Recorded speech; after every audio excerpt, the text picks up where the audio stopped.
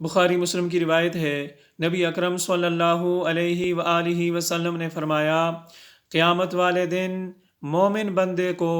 اللہ رب العزت کی عدالت میں پیش کیا جائے گا،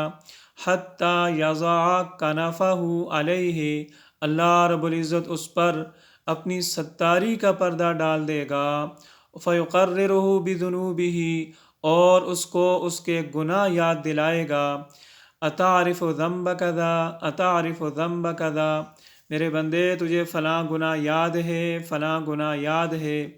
بندہ کہے گا رب اعرفو،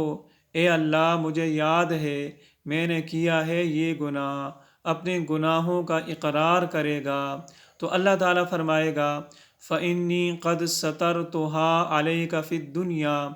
اس گناہ کے باوجود میں نے دنیا میں تجھ پر پردہ ڈالے رکھا،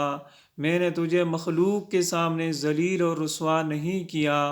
وَأَنَا أَغْفِرُهَا لَكَ الْيَوْمَ، آج میں اس گناہ کو معاف کر دیتا ہوں، فَيُعْطَى صَحِيفَةَ حَسَنَاتِهِ، اس مومن بندے کو اس کی نیکیوں سے بھرا ہوا اعمال نامہ دے دیا جائے گا۔